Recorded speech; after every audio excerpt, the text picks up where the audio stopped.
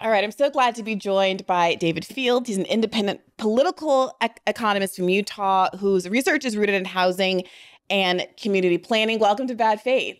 Oh, thanks so much for having me. It's great to be here. So, David, you're yet another guest that I've poached over from Macro and Cheese. So, many apologies for that. And I do want to continue the conversation that you were having over there. Strong recommend, if you're not already listening to Macro and Cheese, that you absolutely should.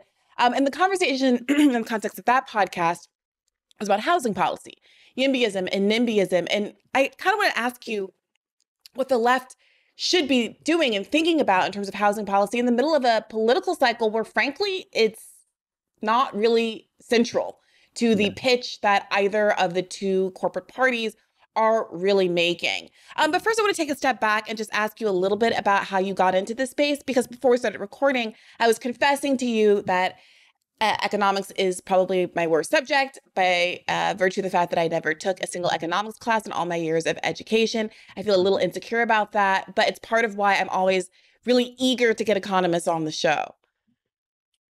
Sounds good. Well, my background in economics first started when I went to University of Massachusetts in Massachusetts, where I'm from.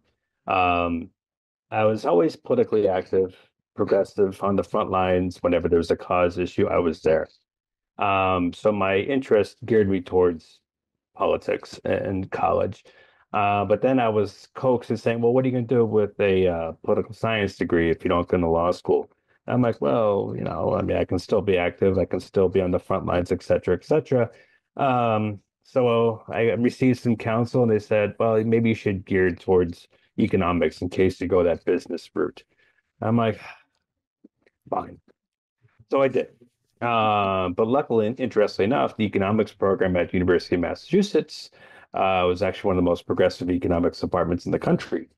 So Hmm. in fact, it only maximized my consciousness, so to speak, or maximized my praxis. So yeah, it ended up being the best advice I was given.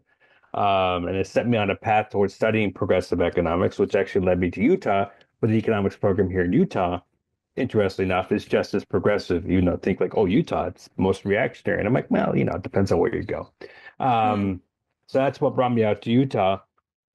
And then once I finished my graduate education, I was hired to do housing related policy, housing economic modeling, um, providing research briefs for the state. And I noticed that predominantly the focus on housing issues is like, well, if we just maximize supply, build supply, just like the markets, still prices will inevitably go down. And given my broader, more um, let's say, transdisciplinary approach to economics, I realized I'm like, well, it's not that simple. It's very reductionist. How can that be the predominant platform to go by? So I started providing a critical edge.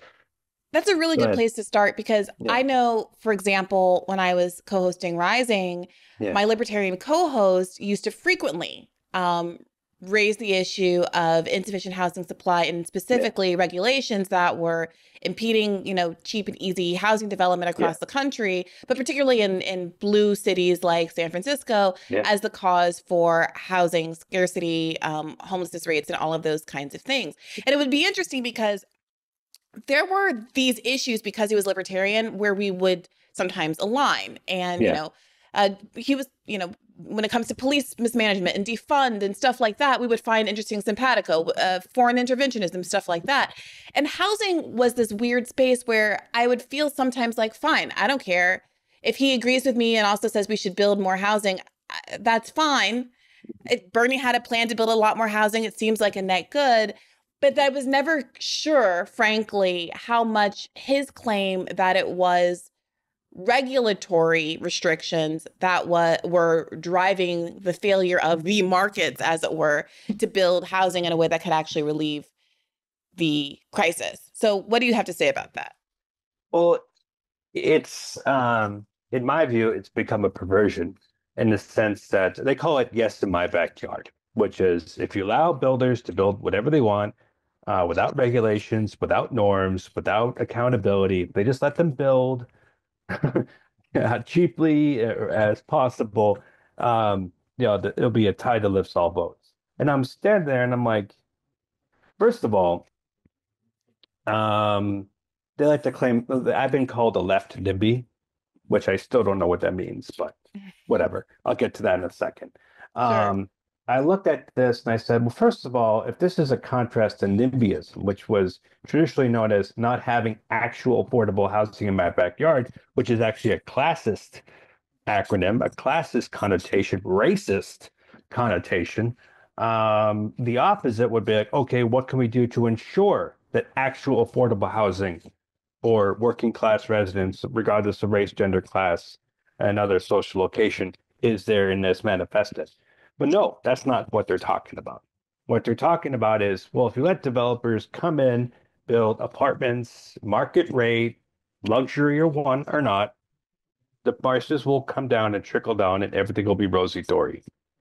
And it stems from this economist by the name of Ed Glazer. He's a professor of economics at Harvard University. He wrote this book called The Triumph of the City. I recommend reading it, but with a critical eye. And he said that if you allow building and increase the supply based on the traditional supply and demand model, you have your upward sloping supply curve and your downward sloping demand curve and price and quantity. Yeah, it's very, very reductionist, very, very simple, but it's praised like, I don't know, the second coming, whatever. Um, well, if you increase supply curve, prices will go down. I mean, it's Econ 101. And I look at them like,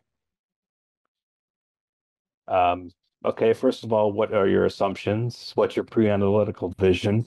What's your historical context? What's your social context? What's your community context? What's your geographical? All these other variables that come into play, but that gets negated.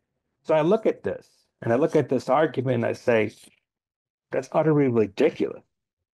And then you have folks like Richard Florida. So I have to give Richard Florida some credit. He's turned around.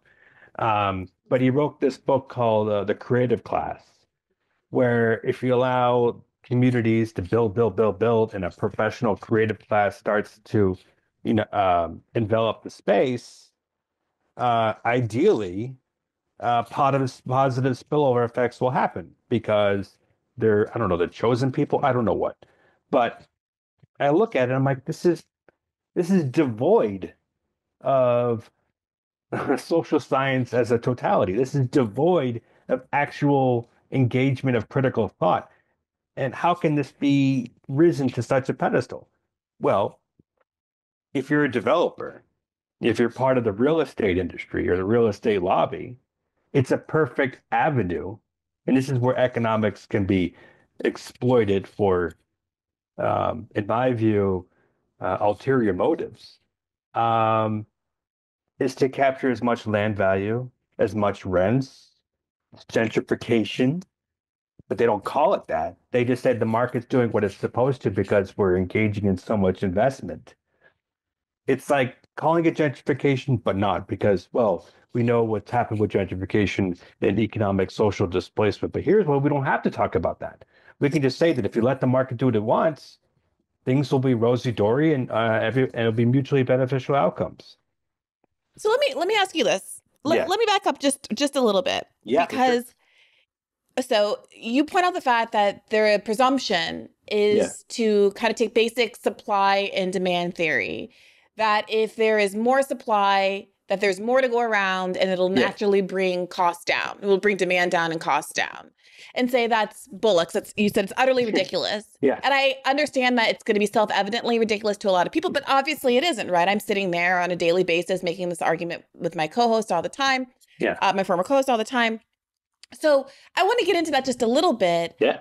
I remember during my rudimentary economics lessons from John Hanson, my law and economics professor in law school, that part of the issue is that there's this assumption that willingness to pay equals ability to pay. And I think a lot of us on the left appreciate that is obviously false, right? when you look at healthcare, there are people who would be willing to pay any amount of money if they could to get treatments that would save their life. I don't think there's any question about the desire to pay, but people don't have the ability to pay, and therefore they don't and they die. So can you translate that for us in the housing context and tell us what's going on with the build of new building projects Yeah, and how it's playing out in reality for low income potential buyers or renters? sure.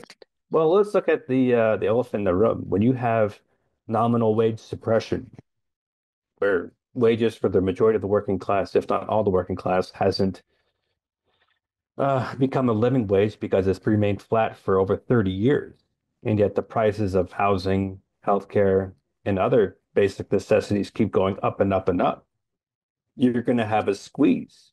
And you look at the evidence, no amount of market housing, if there aren't any price controls, is going to trickle down and allow the working class to benefit. I mean, it's like the idiocy of Reaganomics. Everybody thought like if you give the wealthy subsidies, they'll have an incentive to invest, and I don't know, the holy city in the middle of desert will naturally appear. And you're like, Hmm. what? What? It's utterly ridiculous. And I apologize. I don't mean to offend anybody with any religious references, but you get the idea. Um, There's something sensitive going on with okay. respect to religion that's happening in the world. I think you're fine, Okay. David. I know. I just want to make sure, you know. We're all inured to any offense about Good, organized good. religion these days, I think. We're all immune. Um, and so if you just focus on that model alone, um, well, they go back to like, well, the natural forces, and they use they call it's based on a model developed by Alfred Marshall. He's the one that created the supply and demand model way back in the early 1900s, and even before that. I forget the exact date. At any rate, it's been refuted over and over, empirically, theoretically, socially, et cetera, et cetera. But despite that, it makes for good reactionary politics because if you just say, well, the market works the way it works, relax. But somebody with a critical mind should say, well, who's fostering the market? Markets are not creative out of thin air. It's not Mm, like on the seventh day, here's the market, and then the rest is, you know, history. No, markets are institutionally configured. Like a market from 1935 is different than a market in 2015 and different than a market in 2025 and different than a market in 1846. What's happened? What's changed? What conflicts arose? So when you start bringing those questions in, you start to say that Econ 101 is kind of pure ideology. Like, yeah, it is. But they don't talk about these variables, in my view, for a good reason. They don't want people to think about these other factors. Because if because you, what are it the makes for good, implications? What if let's play it yeah, out. What is the yeah, implication if trickle-down economics doesn't work? yeah, Um, if and I think I want to say that in the housing context, it even seems more absurd, yes, especially in the wake of what we saw happen during the pandemic, where we saw businesses closed and places sit empty and downtown area, apartments and office spaces sit empty. yeah, And the owners of those properties have absolutely no interest in putting them to the public good, using them for people who had housing scarcity or whatever. They would rather sit and lose money on empty properties because some properties are the potential of earning from them is obviously still there, or at least yeah. presumed to be still there. And those are not for you. Those are not the spaces that are designed for the average person. Yeah. It's the land value. It's the real estate appreciation. So they'd rather sit on it. They're not looking to house everybody. I mean, developers are not housing providers.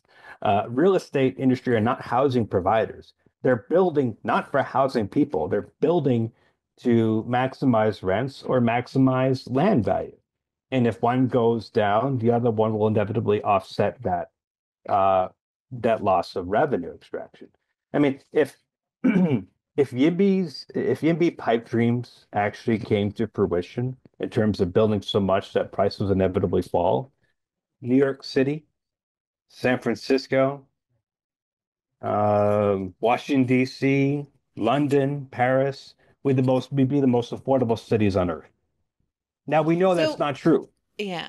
And let's just What? define that a little bit more clearly. So the yes in my backyard idea, Yeah. uh, what it sounds like, and Oh yeah. I feel like I got the impression Yeah. coming up and only paying attention superficially when I was younger, that that was the side that you wanted to be on because the NIMBYs, the no, not in my backyard people, were the ones that were saying we don't want to build a community center nearby, we don't want to build a rehabilitation center, a post-incarceration living space, the kinds of things that make people scared about, quote unquote undesirables moving into their neighborhoods. And that the progressive position was to be a yes in my backyard person. And what you're saying is that the YIMBYs are sort of exploiting that sort of good PR, but not to Yeah. build kind of socially beneficial housing or other kinds of socially beneficial institutions, but instead to build high income housing that they might have a little sliver of, oh, Yeah. okay, here's a low income unit on the ground floor. Maybe it even has a separate interest that the poorest can walk into. Exactly. No, and they'll call that inclusionary zoning.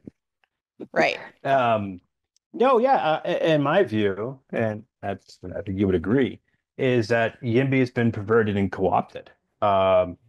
Yeah, I'm yes to actual affordable housing map backer. Yes, absolutely. I want inclusive communities.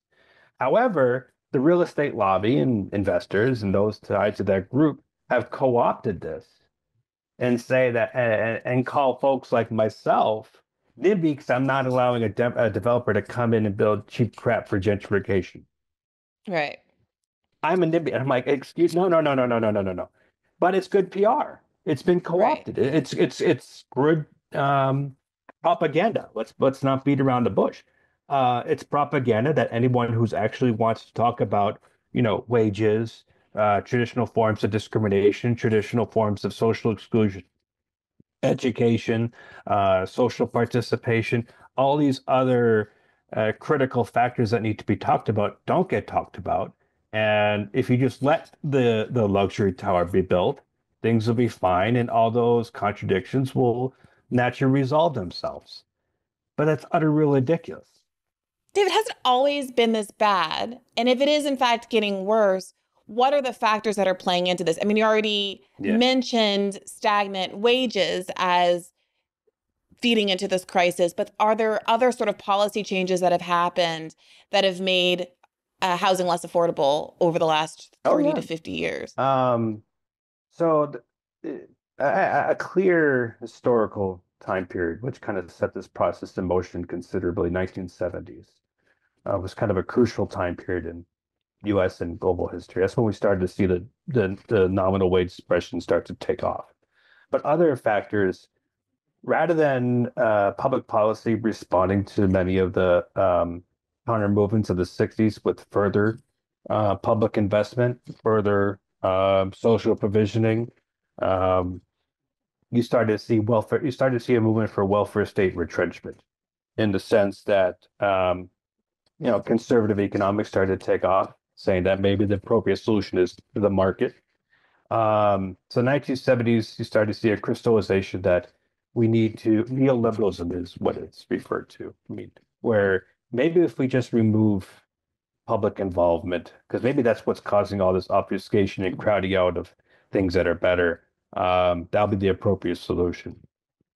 So a clear area where this happened was a public disinvestment in affordable and public housing. And their argument was that, well, look at the public housing that was provided. It was shoddy, it was decrepit, it was poorly run, poorly administered. And that's all true. Yeah, absolutely.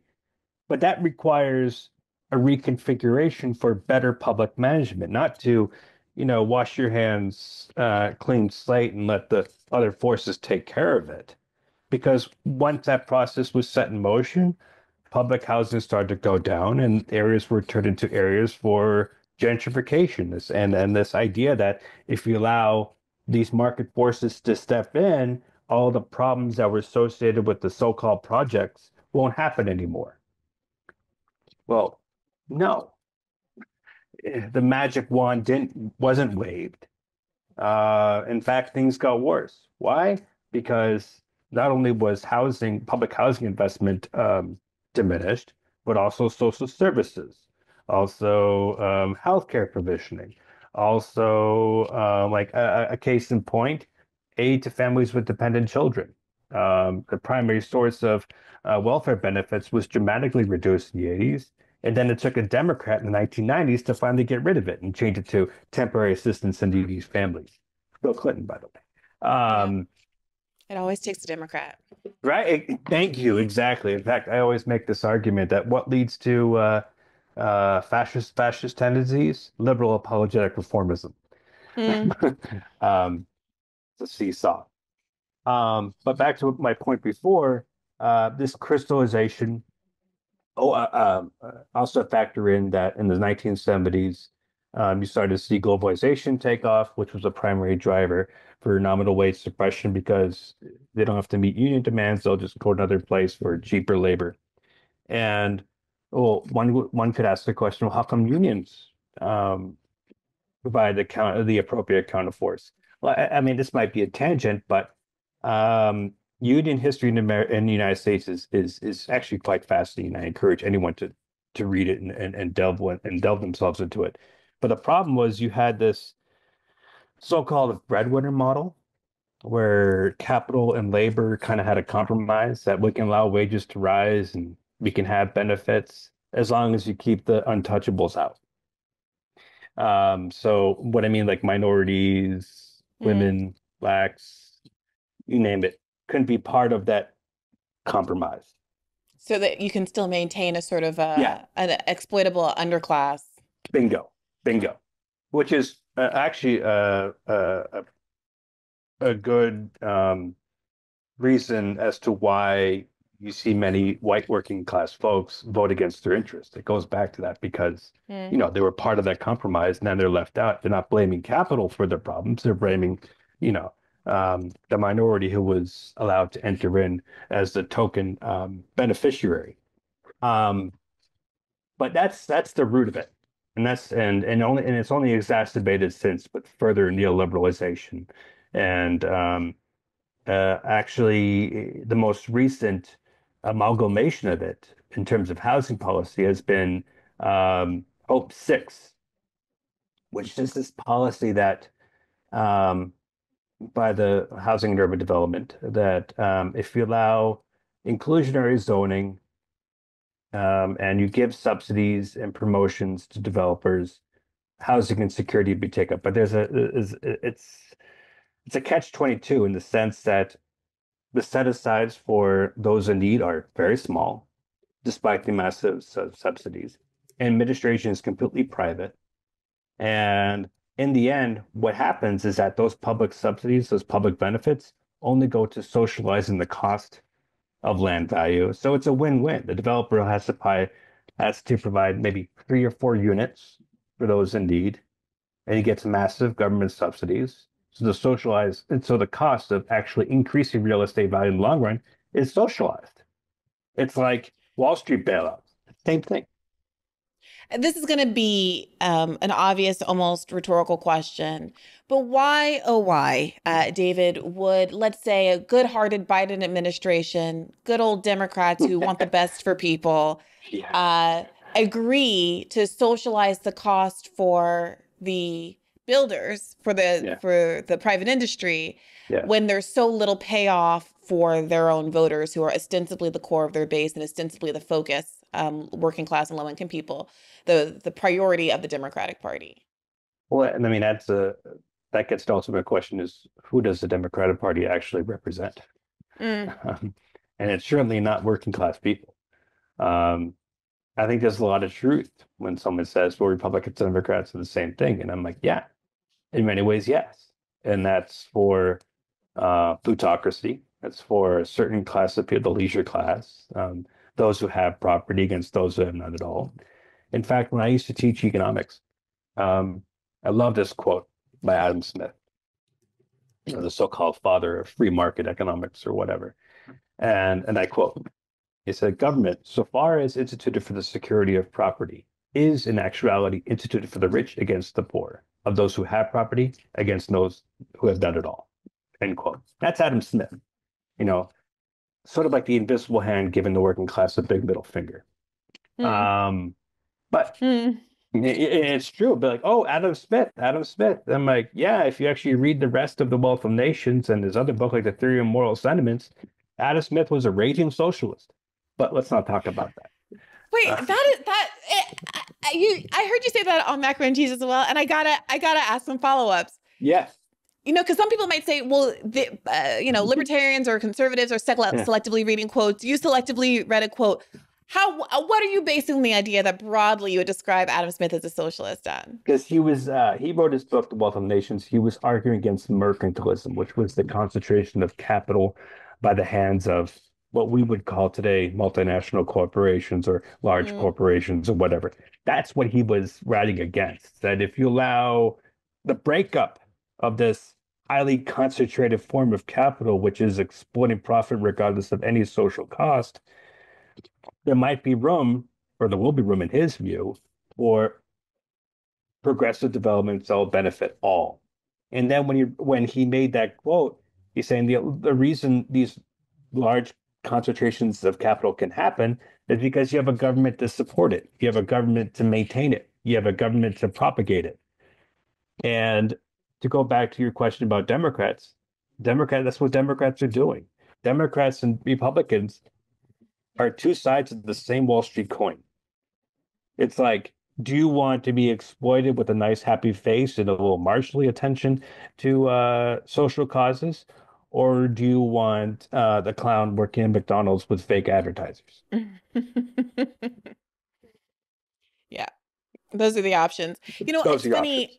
I had the instinct to, while you're talking, just to Google open secrets. Who's the real estate uh, association lobby given to in this election? I remember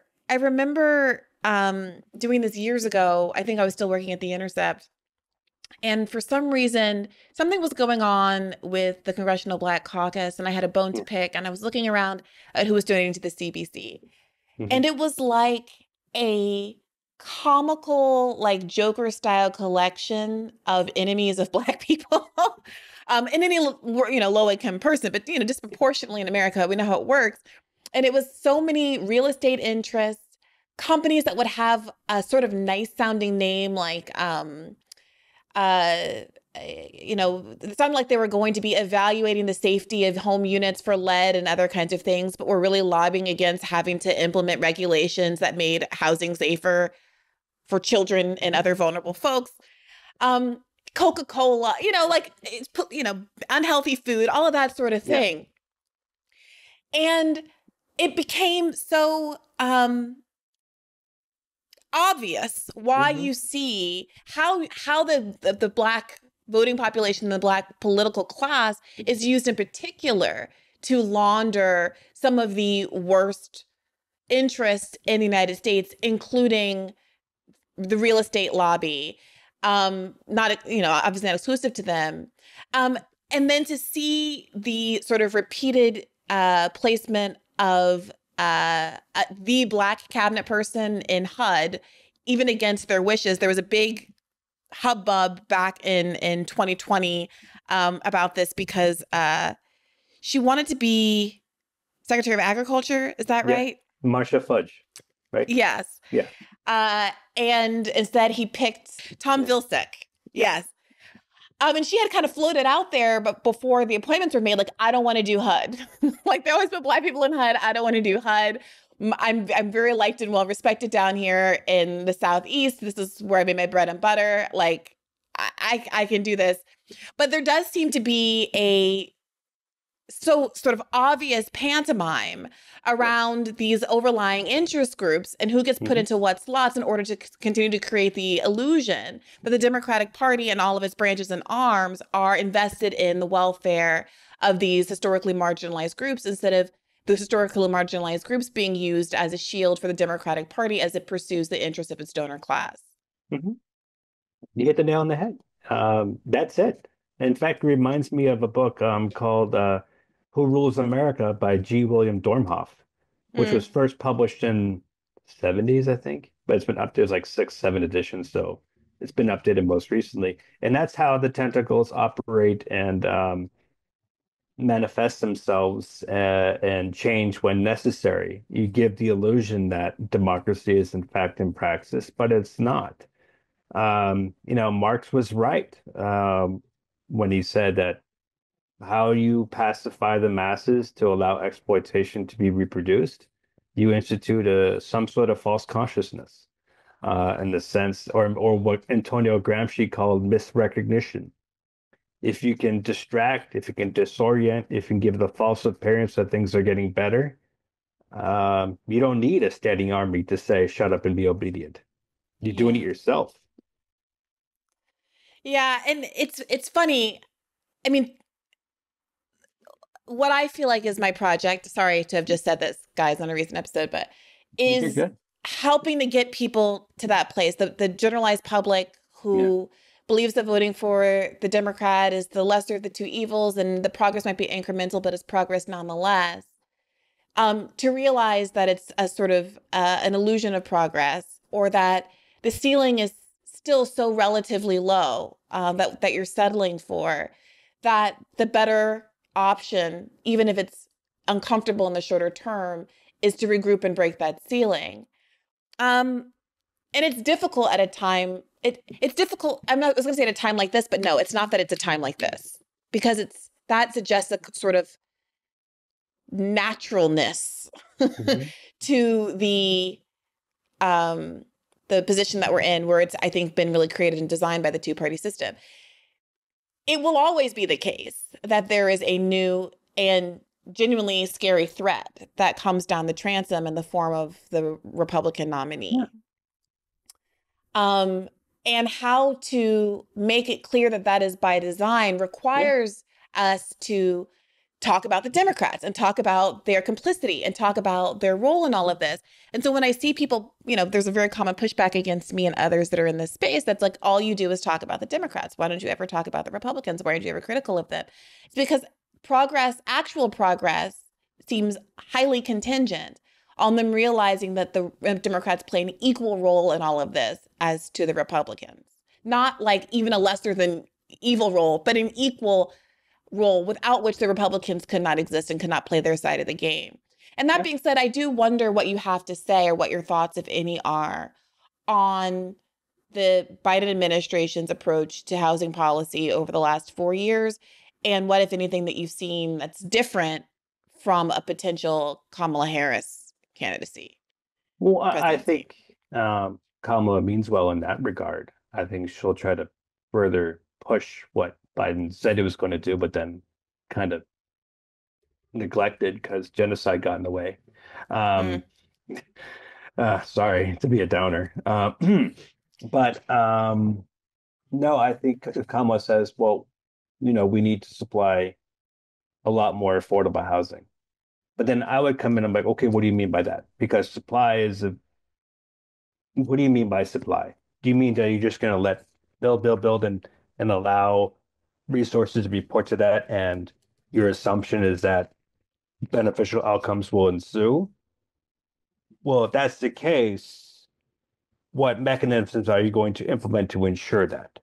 Like, are you going to have price caps? Are you going to have geared towards the most marginalized, less marginalized, and those who need help? What protocols are you going to have in place? And I've yet to see those protocols. I've yet to see any explication of what those protocols are going to be. So in my mind, just saying supply, it goes back to that YIMBY idea, like, oh, does she think the market will take care of it? Great, we're back to square one of huge amounts of contradiction. Now, we can talk about the other end of the of the filthy spectrum and say, well, Donald Trump says, well, it's a damn illegal thing to be kicked out. So we know that, okay, that's okay, sure.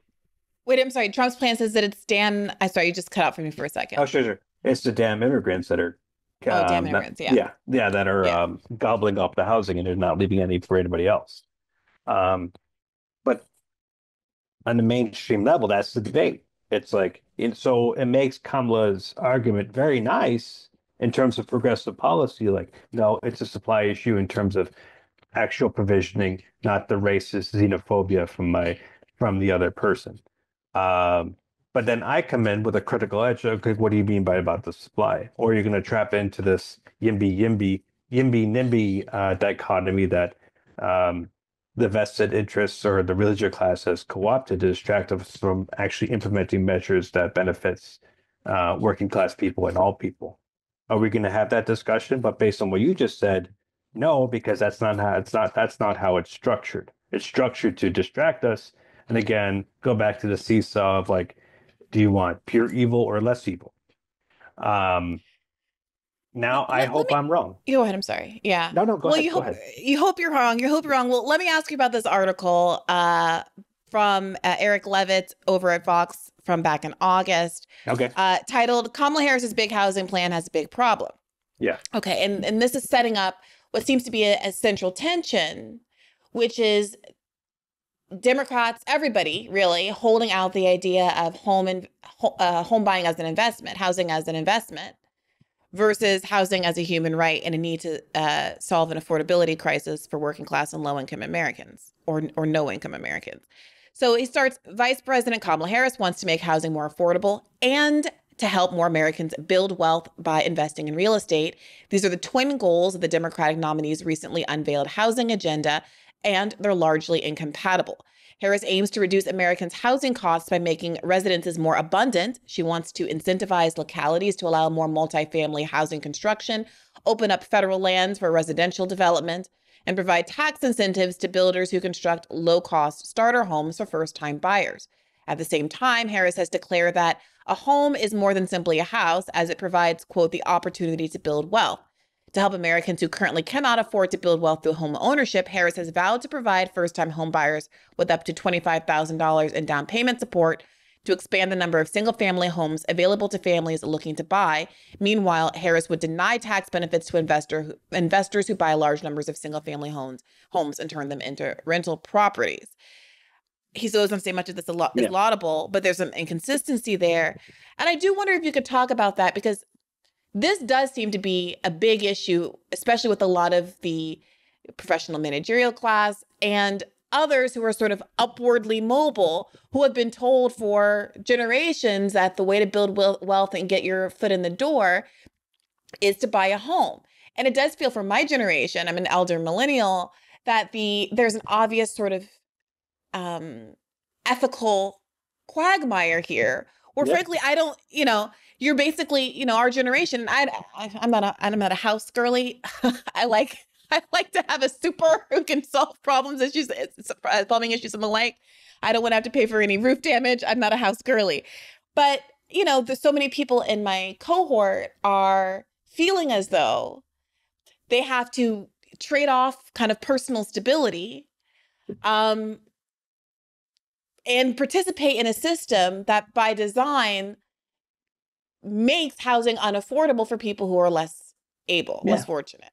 So what's going on?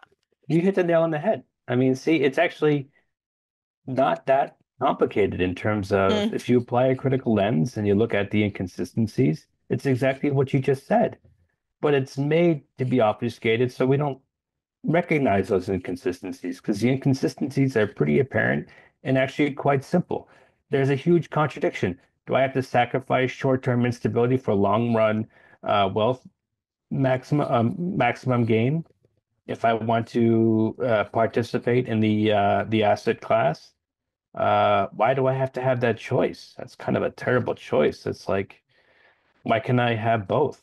Why can I have security and wealth where my gain is not somebody else's loss? Why do they put in this? Why do we have to be pigeonholed into that corner? Well, do we? And given the way things are, we are. Yeah, we are pigeonholed. But what does the off ramp look like? Because it really does feel like, and I've gotten into so many fights with my my peers, I got to say on this one, it does really feel like there's not a real ethical, there's not a ethical home ownership. I had an ex-boyfriend's friends once. It's specifically thorny, I think, when I'm talking to upperly mobile Black folks who feel, rightly so, that they've been shut out of the opportunity to gain middle-class status because of redlining and, racism that wasn't outlawed and didn't really end until, frankly, we get into the 80s. So, like, I don't, to the extent that there's still no housing discrimination today, obviously. So I don't, I'm like appreciative and respectful and sensitive to why this is a trigger point. But also, I see a lot of like my Black peers buying houses in gentrifying neighborhoods Yeah. and kind of assuaging guilt, like, well, I'm also Black. And you're like, yeah, I mean, yeah, but it's the class aspect of it is completely, you know, it's being sanitized by the racial dimension of it. And they're very, very sensitive about the idea of being at all culpable in a system that they were the victims of, or their relatives, their parents, their grandparents were the victims of for so many years. So how do you disentangle this? Because I don't think that the concern is wrong. You know, if you're told that that the world is terrible and you might die of a lack of health insurance and you're going to be out in the street and you have very little security and there's one ladder out and requires you to step on a bunch of other people and you've got a bunch of kids depending on you, like we can all see why people just say, fine, I got to play the game. Yeah. But from a structural perspective, how do you make it so that people don't feel like they have to be making these kinds of Faustian choices? Yeah. Well, first of all, you get rid of the divide and conquer, which is what's paramount. Again, you're right. Those who have been traditionally left out now have an opportunity to benefit. And if it means some gain, yeah, I mean, this is how you play the game.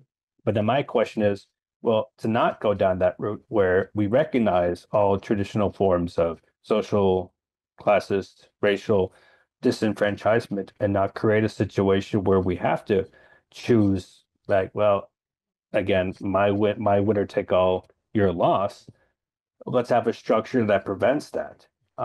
So if we're talking about housing policy, it goes back to my discussion that is Kamala's plan going to have the protocols so it doesn't lead to someone's wealth gain and someone else is being left out. How far is that $25,000 down payment going to go? Or is it just for a certain segment of the population? Those multifamily housing, is it going to be priced so that anybody, especially those coming from a disadvantaged background, can obtain? Or is it going to be means tested? And is there going to be room where it can become inexpensive because there's no rent control? Um, Again, these questions are not being answered. And if not answered, or if they're answered and the answer is not to my liking, that divide and conquer is going to perpetuate. And it's interesting how you mentioned, assetization, that if I can get in on this, I'll benefit. I mean, that's not a foregone conclusion. Um, Case in point is the Great Recession back in 2008, which people say, oh, it was too many folks who were, were taking on too many mortgages and they weren't being responsible. Now, that's the bullshit conclusion. The actual conclusion was, what happened was people were duped into the idea of the American dream with faulty loans and faulty advertising, you name it. And anybody who was given opportunity to put a roof over their head and given this notion that they can ultimately benefit it in terms of higher wealth, and yeah, of course, especially if you're struggling, of course you're going to do it. I mean, especially when you are trapped into a corner, you don't have any alternatives, right? Yeah. But what happened? Those loans were packaged up, morphed into subprime mortgages, but then they were bundled into these assets that pretty much took down the entire Wall Street infrastructure. CDOs? Yeah, collateralized debt obligations. Collateralized debt, yeah. Yeah. Right? But yeah, if you're in a situation where you're promised this light on the hill, right? But then you ignore what happened when there weren't any protocols. There's no foregone conclusion that even if you benefit, you are going to benefit. You might lose out. And the other one who's left out will be left out even more. So there's these open-ended questions. There's these inconsistencies that are not being resolved. Yeah, I mean, and the incentive structure is pretty perverse as well. I mean, maybe I've told this story before, but I had this moment in law school where I was taking a poverty law class, and there was a guy in it. Usually, like poverty law self-selects all the like progressive kids into it, but there was one a guy who I happen to know was conservative who made the argument in poverty law that if a Black family were to move in next door and cause their housing value to decline because of racism, that should constitute a government taking, and the government should compensate them for their losses. So if government policy says you can't segregate and Black people can move into your neighborhood, then constructively the government owes you the difference in your housing value. And I'm also now thinking of what I think was the best horror movie of the last couple of years, Barbarian, which I rewatched over the weekend. Have you seen it? Yeah, it's fantastic. So I recommend everyone watch it. Yeah, I without spoilers, like a kind of neighborhood in decline. Yeah.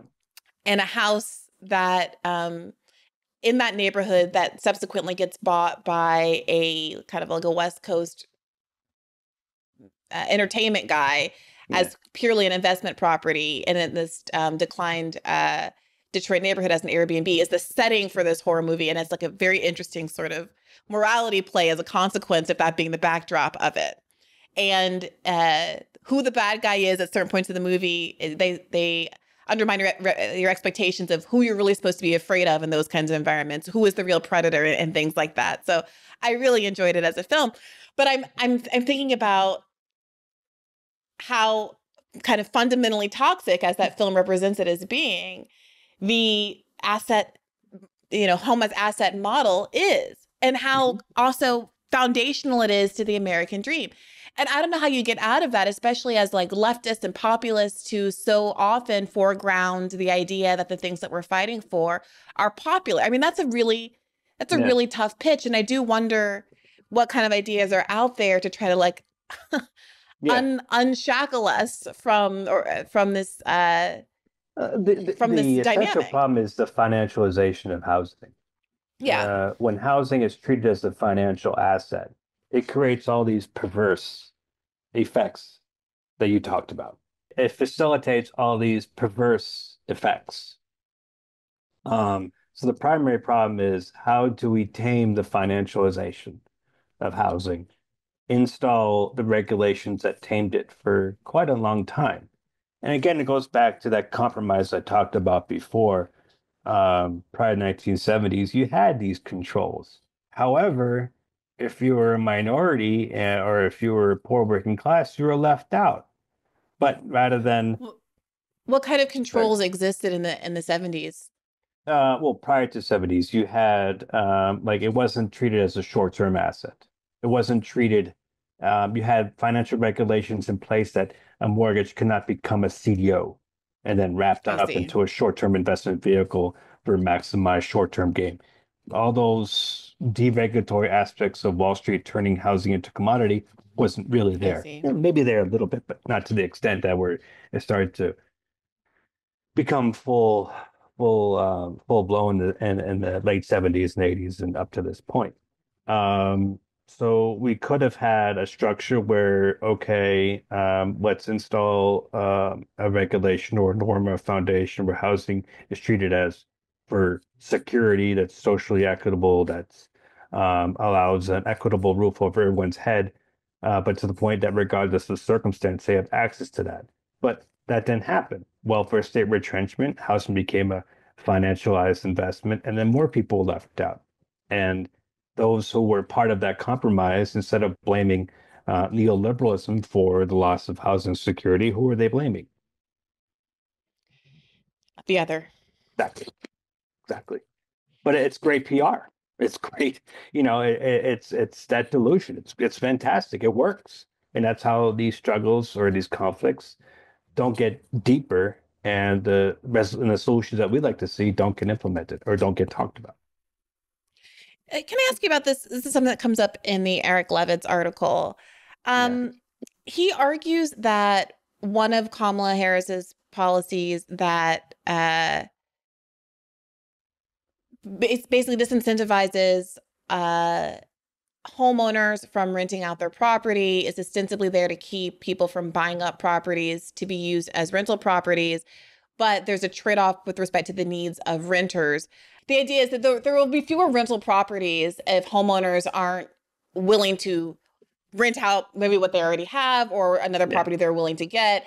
And that disadvantages renters who don't have enough money in most cases. That's why they're renting for a down payment on buying the home themselves, even with the incentives that Kamala Harris provides. What do you make of that sort of a trade-off? Well, again, why should it be a trade-off? That's my question. And it goes to this movement that will then allow homeowners to provide accessory dwelling units, which will help renters access those units if they're in a predicament where they can't put a down payment on a home.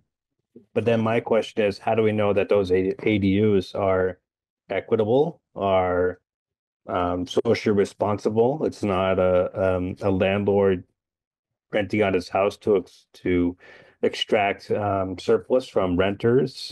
What are the restrictions that this is in fact an effective housing solution? And there aren't any. It's just like, well, if we have more ADUs and we have more homeowners opening parts of their house for renters, it's a great solution to meet the needs of those who can't put a down payment on a house. But again, there's no stick. There's no oomph, if you will. It's just another means to extract rent benefiting those who have ownership to assets.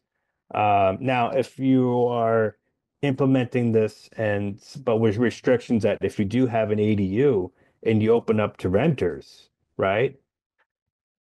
Are you meeting all these guidelines? Are you meeting all these standards? Are you having regular visits from HUD if it has more money to do these things? Are you meeting all these guidelines, or is another way of giving the check over to the managerial class and allowing the exploitation to keep on being reproduced? I can hear like the phantom libertarian in my ear saying, Yeah, "See, this is what the problem is." yeah, Because what if, I'm an elderly couple, my kids have moved out, I have all yeah, this room in my house. Now you're telling me I have to jump through all these hoops if I want to invite someone to come in and rent an extra room. You're making it so you're putting regulations in place that are relatively difficult for me to meet as an individual who obviously doesn't have that much in the way of resources. That's why I'm renting out a room, as opposed to a big real estate conglomerate who has all of these units that of course they can bring into compliance because they're yeah, very cash rich. yeah, How is this helping? yeah. In my response would be like, well, fine. Um, since you can't exploit somebody, first of all, let's find out why you're struggling and let's Mm, compensate that. Let's ask those questions. Maybe their social security is way too low and we need to mm, increase their social security.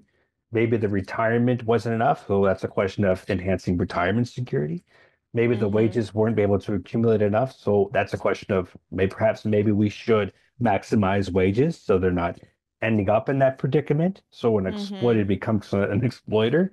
Um, there are all Maybe their these. social security checks are being garnished for student loan repayments, Exactly, which is exactly. a Yeah, real bingo. thing. Exactly, which is a very real thing. Absolutely. Yeah, yeah. These are the questions that need to be asked and the solutions need to be provided. But, libertarian, but it's capitalism. Mm. Sure, it's capitalism. Maybe there's something wrong with that system which you have devout faith in. Um, it reminds me of a classical political economist by the name of Proudhon. He said private property is theft.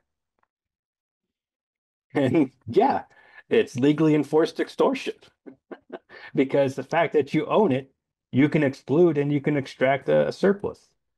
Yeah. Maybe there's something inherently wrong with that. Maybe there's something inherently wrong with that system. I mean, it's interesting. I think about, isn't it the case in Singapore that like 90% of all housing is publicly owned, is owned by the government? And I think about that we have, alternative models that exist in the world. Yeah. But culturally in the United States, it feels like such a hard sell. I mean, I look at, you know, my stepfather bought a home, my parents, my mom and he moved to Cleveland a couple of years ago where she grew up. And there's so much pride in people feeling like they finally bought the home that they were promised. And my mom growing up as a little girl in the projects in Cleveland and being able to live on a street that she never thought she was going to be able to live on, all Yeah. those kinds of things are so like deeply embedded. Yeah. And even for people who are very progressive minded, I see them struggling with what does it mean? What does it mean to be, oh, now we're coming from New York with our New York salaries, able to buy this lovely house in Cleveland and, having the exact sort of negative effect that we don't want to on the neighbor, even though it's in retirement and all these other kinds of things. But like it feels really sometimes overwhelming, I think, for this is like whatever. I know how this sounds, but it is Yeah. living by your values presents some challenges. It does. It prevents, but that's the And point. I wish there were the structural, I guess what I'm trying Yeah. to say is I wish there were the structural off ramps. Okay, Yeah. fine. We're in Singapore and like, if maybe I don't get to have a house, but I know nobody gets to have a house and I can just let go of my cultural attachments to my Leave It to Beaver lifestyle. And I don't feel like I'm the one that's having to give up something when everyone else is just going to keep exploiting the system that I wish would end in the first place. You know what I Exactly. mean? So it's like, how do you facilitate a structure where someone's gain is not someone's loss? Yeah. That's the question that has to be asked, and no, and the solutions have to be geared toward that. And in my view, at least, if that direction is pursued, these cultural belongings, like I finally made it, I finally escaped um, the deep abyss of exploitation and violence, and I finally made it. I've reached the American dream. But oh shit, it came at a cost of putting someone else into that misery, right? So, we want to benefit us, our family, our kids. We want that, and as you should. But how can it be where I can achieve that, where someone down the road is not further neglected and further plumaged into destitution and other sorts of loss? It's scarcity. It's that scarcity that makes us all crabs in a barrel. Here's something that needs to be talked about with scarcity. It's an economics term that says there's very, very little amounts of stuff that we can't have everything. In terms of environmental, yeah, there's plenty of scarcity and it only keeps getting worse. But in terms of actual stuff to provide people a decent standard of living, there's plenty. However, it's manufactured to be scarcity because it's concentrated in the hands of a few. And a case in point is transfer payments by the government. More transfer payments go towards the 1% as opposed to the 99%, bringing back What do you mean which by transfer payments? supplements, tax subsidies, write-offs, you name it. Any sorts of assistance you can get from the government in terms of I see. yeah, transfer payments or capital investments, all that goes more towards those who are already privileged than those who absolutely need it. So that's a case in point where scarcity is not natural, it's manufactured. But that person who's caught in between that donut hole, who are they blaming? What? You're going to increase um,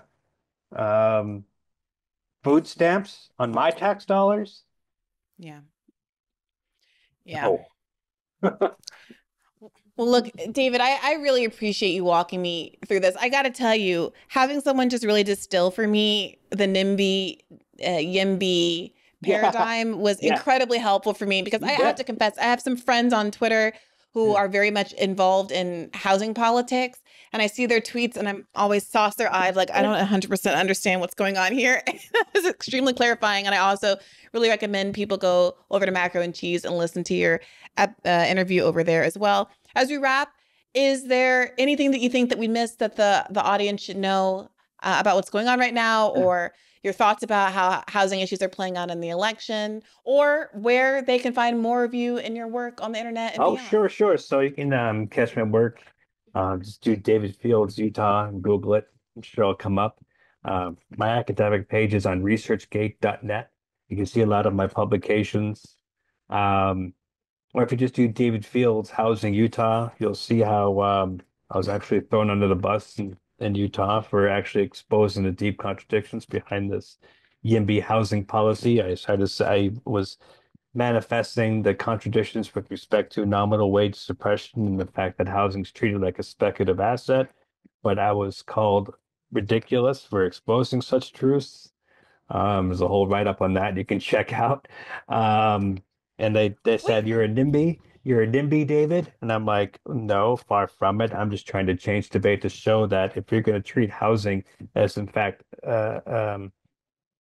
as an insurance for security economically and socially, it needs to be treated as a means of actually implementing it, not just giving a blank check to Mm, developers and thinking that things will be rosy-dory at the end because that's how the so-called market works. So mm. in fact, I'm not a NIMBY, I am a YIMBY in the all sense of the word, but that's been perverted and co-opted like I talked about before. And then they said, well, you're a left NIMBY. And I said, I still have no idea what the hell that means. Um, the first part, We yes, need our own absolutely. term. David, it seems clearly there needs to be another term defined here for us. Well, I actually came up with them. It's yes to actual affordable housing in my backyard. So YAMBY, yeah, I don't know. Yes, queen. Yeah, yeah, exactly. I like it. I like it. Yeah. We're Um, like what, 5, 6 years too late to capitalize on the yes phenomenon of that, but maybe right, we can bring yeah. it And I and I back. and I don't have a real estate lobby to help me with the campaign. But yeah, it's about changing the discussion to actually reflect realities, but some vested interests don't want to have that for conversation because the inconsistencies that we've been conversing about don't get exposed, and it's rinse and repeat. The cycle keeps on going, and there's a reason for the cycle to keep on going because the change that we want to see doesn't happen, and the shit surmounts. Yeah, the shit surmounts. All right, I have to contemplate that as an episode title. David Fields, thank you so much for joining us today. It's been You a real bet. pleasure. Thank you for And having thanks me. to all of you for listening as well. You can get an extra episode of Bad Faith Podcast every Monday at patreon.com/Bad Faith Podcast. Thanks for listening. As always, keep the faith. Hey YouTube, thanks for watching. Just a reminder that this is a podcast. You can catch an extra premium episode every Monday for $5 a month at patreon.com/Bad Faith Podcast. That's patreon.com/Bad Faith Podcast for $5 a month, an extra episode every week.